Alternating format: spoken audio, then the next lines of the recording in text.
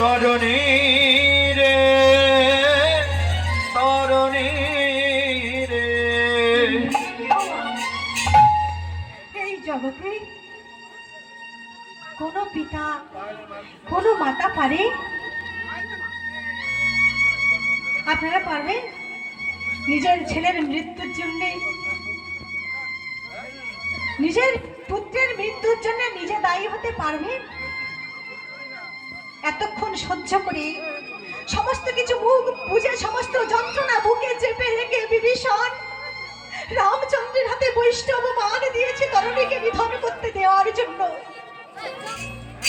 কিন্তু যখন কাটা মুন্ডুটি মাটিতে পড়ে ছটপট ছটপট করছে, আর সহ্য করতে না পেরে বিভীষণ ছুটে গিয়ে পুত্রের কাটা মুন্ডুটি হস্তে তুলে নিয়ে বলছে, তরণী তরণী রে, ওরে তরণী, ওরে আমার নয়নের মণি, আমার একমাত্র প্রাণের ধন,